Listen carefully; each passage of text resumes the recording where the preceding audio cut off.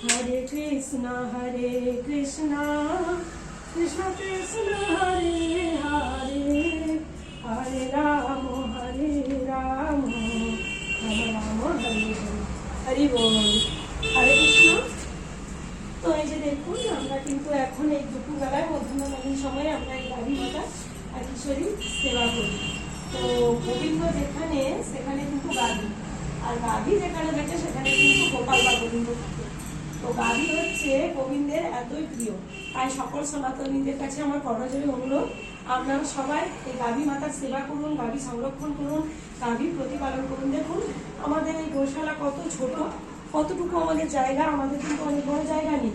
আমরা কিন্তু গোপালের কৃপা পেয়েছি, তাই আমরা গাভী রেখেছি, রাখার চেষ্টা করছি এবং এইভাবে আমরা কিন্তু কিশোরী সেবা করি আমরা। তো যশোদা মাইয়া একবার ভগবান শ্রীকৃষ্ণকে পাদুকা অর্থাৎ জুতো পরে গোচারণে যেতে বলেছিলেন। তো তখন গোপাল রেগে বলেছিল যে আমার গাভীদের পায়ে জুতা পরিয়ে দাও।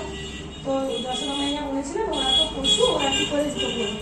তো ভগবান শ্রীকৃষ্ণ কিন্তু এই কথাতে ক্রুদ্ধ হয়েছিলেন, বলেছিলেন আমার গাভীদেরকে পশু না বলতে, গাভীরা মা, কারণ মায়ের দুগ্ধ পান করে আমরা এখন বেঁচে থাকি, কারণ গাভী আমাদের দুগ্ধ খাইয়ে বাঁচিয়ে রাখছে। তো গাভী আমাদের কাছে মা, সপ্তমাতার অন্যতম মাতা। তো ভগবান শ্রীকৃষ্ণের যেটা অত্যাধিক প্রিয় সেটা আমাদেরও করা উচিত। তো তাই আমরা সবাই মিলে এই গাভীর বংশ বিস্তারে সাহায্য করি, গাভী প্রতিপালন করি, গাভী রক্ষা করি। আমাদের এই ছোট গোশালাতেই আমরা এরকম করে রেখেছি। দেখুন আমার মা প্রত্যেকদিন গোশালা পরিষ্কার করে, দুপুরবেলা ধুলো দেয়, আজকে আমি দিয়ে দিলাম। আর হচ্ছে শ্রীকৃষ্ণ কি বিজয় হোক, শ্রীকৃষ্ণ কি গৌ মাতা কি বিজয় হোক। হরে কৃষ্ণ, হরি বল।